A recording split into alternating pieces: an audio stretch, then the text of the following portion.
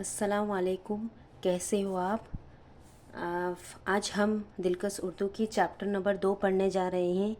और इसको स्टार्ट करने से पहले मेरे जो बच्चों जो नए हैं इस वीडियो में, प्लीज़ लाइक कीजिए, सब्सक्राइब कीजिए और बेल आइकन को दबाना मत भूलिए और अपने दोस्तों के साथ शेयर करना मत भूलिए। तो चलो स्टार्ट करते हैं। जो है उड़ीसा की तहज़ीब व सक़ाफ़त, इसका मतलब होता है उड़ीसा की सभ्यता एंड संस्कृति। तो इसके जो राइटर हैं उनका नाम है करामत अली करामत।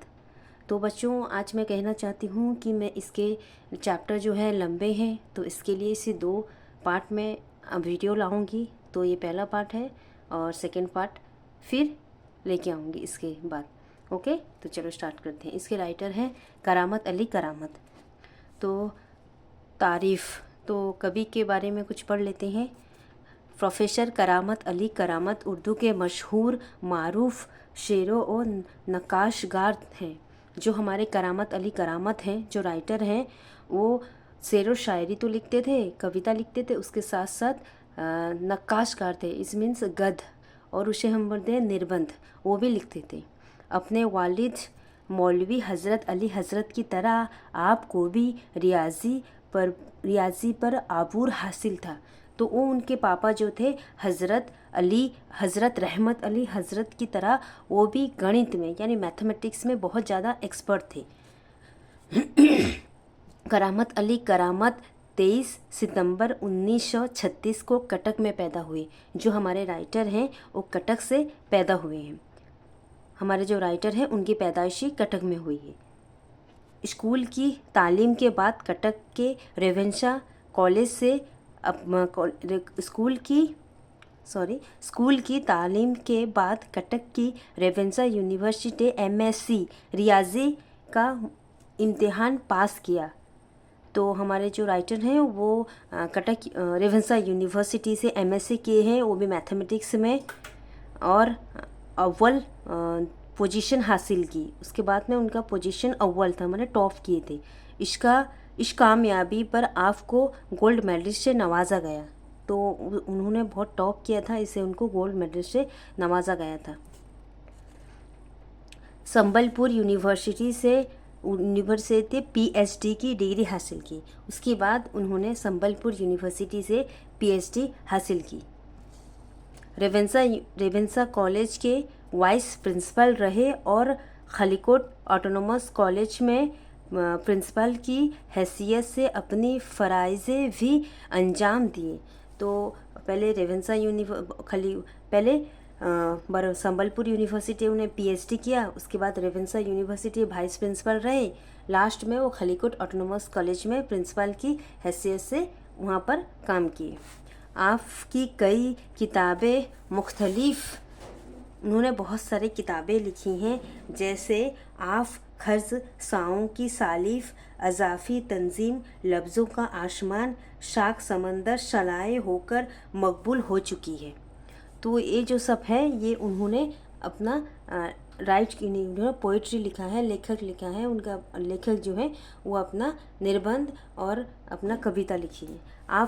आप उड़ीसा की तारीख़ और तहज़ीब पर बड़ी गहरी नज़र रखते थे। उसके बावजूद वो भी हमारे उड़ीसा की सभ्यता और हमारी जो रियासती जो हमारी जो कैसी कल्चर है उसके ऊपर भी वो नज़र रखते थे। ये मज़मून इसी नुअत का है जो हर ज़दे मालूमाती और मुफीद है।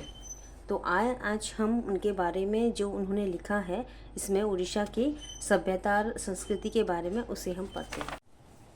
मशरक़ी हिंदुस्तान का सूबा उड़ीसा समाजी और तहज़ीबी एतबार से अजीब व गरीब सूबा है। तो पूर्वी हिंदुस्तान की ज़िलों से उड़ीसा की संस्कृति बहुत ही अलग है। कदीम दूर से लेकर तरक्कियाँ फ़तेह तहज़ीबी और सक़ाफ़त तक इंसानों के हालात की तब्दीली व तरक्की के तमाम आसार यहाँ पाए जाते हैं।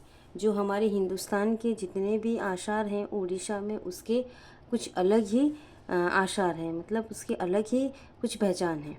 यहाँ का यहाँ का यहाँ का फश्र ई खजाना यहाँ का ही खजाना मुशल्ला पहाड़, जंगल, नदी, आबशार, झील और समंदर काफ़ी वशाए और हुस्न और ज़मील है। मतलब यहाँ की जो पहाड़ें हैं, उसके बाद में जंगल, नदी, झरना, झील और समंदर काफ़ी बड़ी और काफ़ी सुंदर हैं, जिसकी गोद में यहाँ की तहज़ीब परवान चढ़ी है। ये तहज़ीब मुख्तलिफ़ तहज़ीबों के मेल मिलाप की वजह से अपनी मशाल आप है। मतलब ये इसकी मतलब हमारी उड़ीसा की अलग ही कल्चर है, जिसके लिए इसे कुछ अलग ही मिसाल हासिल है। यहाँ के साहिली इलाकों और दीगर हिमारत तरक्की या फ़तेह तहज़ीब व सक़ाफ़त की खूबियाँ मौजूद हैं, लेकिन दूर दराज के पहाड़ी इलाकों में अब भी आदिवासी कल्चर का बोलबाला होता है। तो हमारी जो समुद्री इलाके है, साहिली एंड जो लैंडेड इलाका है, तो उसमें उसकी तहज़ीब तरक्की कुछ अलग होती है और उड़ीसा में एक अलग से आदिवासी रहते हैं और उनकी कल्चर जो होती है हमारी कल्चर से थोड़ी अलग होती है।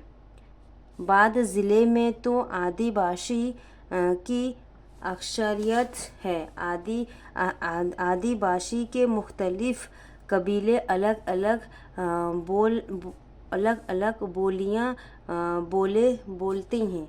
मतलब जो उड़ीसा में जितने भी आदिवासी लोग हैं तो उनमें अलग अलग उनका कबीला होता है और उनकी जो लैंग्वेज होती है वो अलग अलग होती है। वो आदिवासी जो शहरों के करीब रहते हैं, जिनका मज़हबी लोगों से राब्ता रहता है, या जो लोग कानों और खदानों में मज़दूरी करते हैं, उनका माली और समाजी हालात कदरी बेहतर है। और जो रहते हैं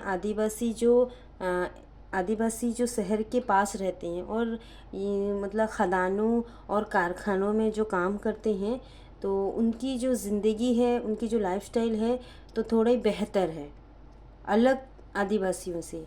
वरना अभी पहाड़ों इलाकों में ऐसे आदिवासी कबीले आबाद हैं जो नंग भर रहते हैं। मतलब अभी भी ऐसे जो आदिवासी हैं जो पहाड़ों में रहते हैं वो अर्धनग्न रहते हैं, मतलब आधे कपड़े में रहते हैं। जंगली फलों आम की गुठलियों पर गुजारा करते हैं और वो जंगली फल खाते हैं। उसके बाद में जड़ों से मेडिसिन्स करते हैं। उसके बाद में आम की गुठलियाँ पर उनका गुजारा होता है। सर्दियों के मौसम में आग जलाकर अपने आप को मौजी जानवर से महफूज रखती हैं। मतलब जब सर्दी आती है तो उनके पास तो इतना कुछ इक्विपमेंट नहीं होता है, तो वो क्या करते हैं, आग जलाकर अपने आप को तो गर्म करते हैं, प्लस जितने भी एनिमल्स हैं तो उनसे वो अपने आप को बचाते हैं। तीर कमान से जंगली जानवरों का शिकार भी करते हैं और जंगली जानवरों का मुकाबला भी करते हैं।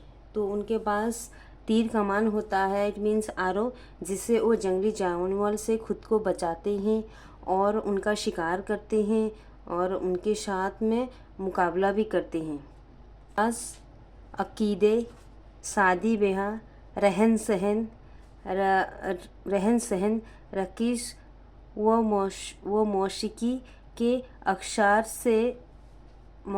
के एतबार से आदिवासी कल्चर अपनी एक अलग शनाख्त रखता है। मतलब उनकी जो रहन सहन है और उनकी जो अकीदे हैं, मतलब उनकी जो कल्चर है, उनकी जो शादियाँ होती हैं, उनके बाद में उनका पहनावा, उनकी नृत्य, मतलब उनके संगीत, उनके डांस, तो एक उनका अलग कल्चर है, उनकी अलग सिस्टम है। ये लोग निहायत सादे लो इंसान हैं। जो आदिवासी हैं वो निहायत सादे हैं, मतलब सिंपल हैं।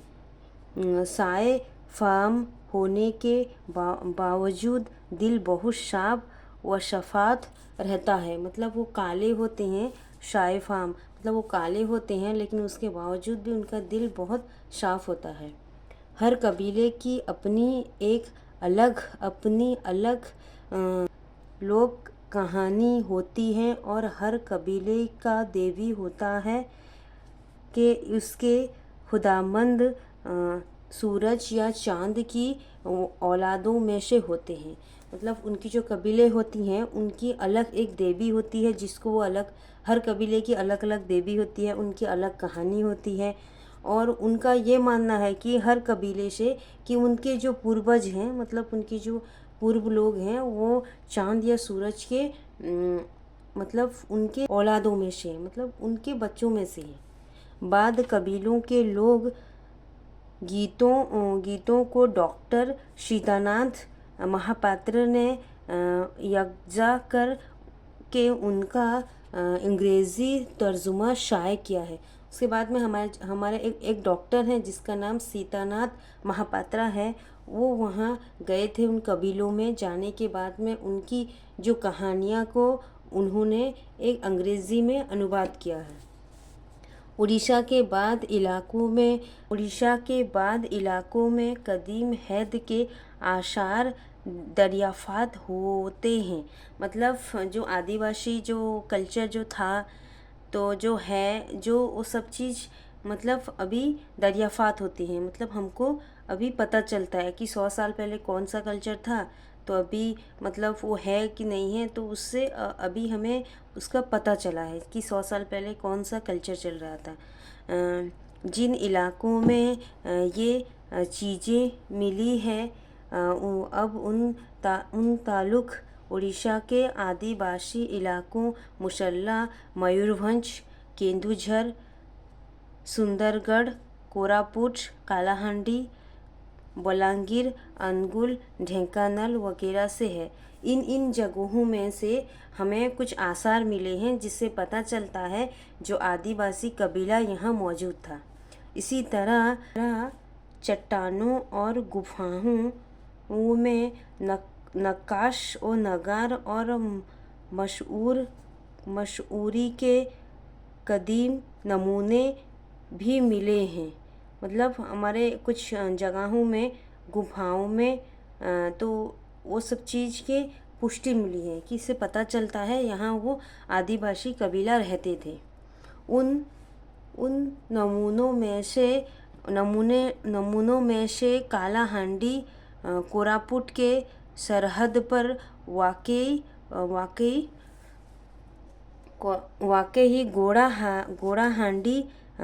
गोड़ाहांडी बेल पहाड़ के करीब, वक्रम खोल घर यार के करीब जोगीमठ और ज़िले सुंदरगढ़ के बाद कदीम नक्काश व नगार की अहमियत रखती है। मतलब इन जगहों में तो है, बहुत सारे सुंदरगढ़ में तो बहुत सारे जगह में ये चीज़ पाई जाती है, जिससे पता चलता है कि आदिवासी उस जगह में रहते थे। तो फ्रेंड्स, तो आज के लिए बस पार्ट 1 इतना ही। हम मिलेंगे नेक्स्ट पार्ट में। तब तक आप वीडियो को लाइक कीजिए, शेयर कीजिए, सब्सक्राइब कीजिए, अपने दोस्तों के साथ शेयर कीजिए। मैं चलती हूँ, अल्लाह हाफिज़। फिर मिलेंगे नेक्स्ट वीडियो में।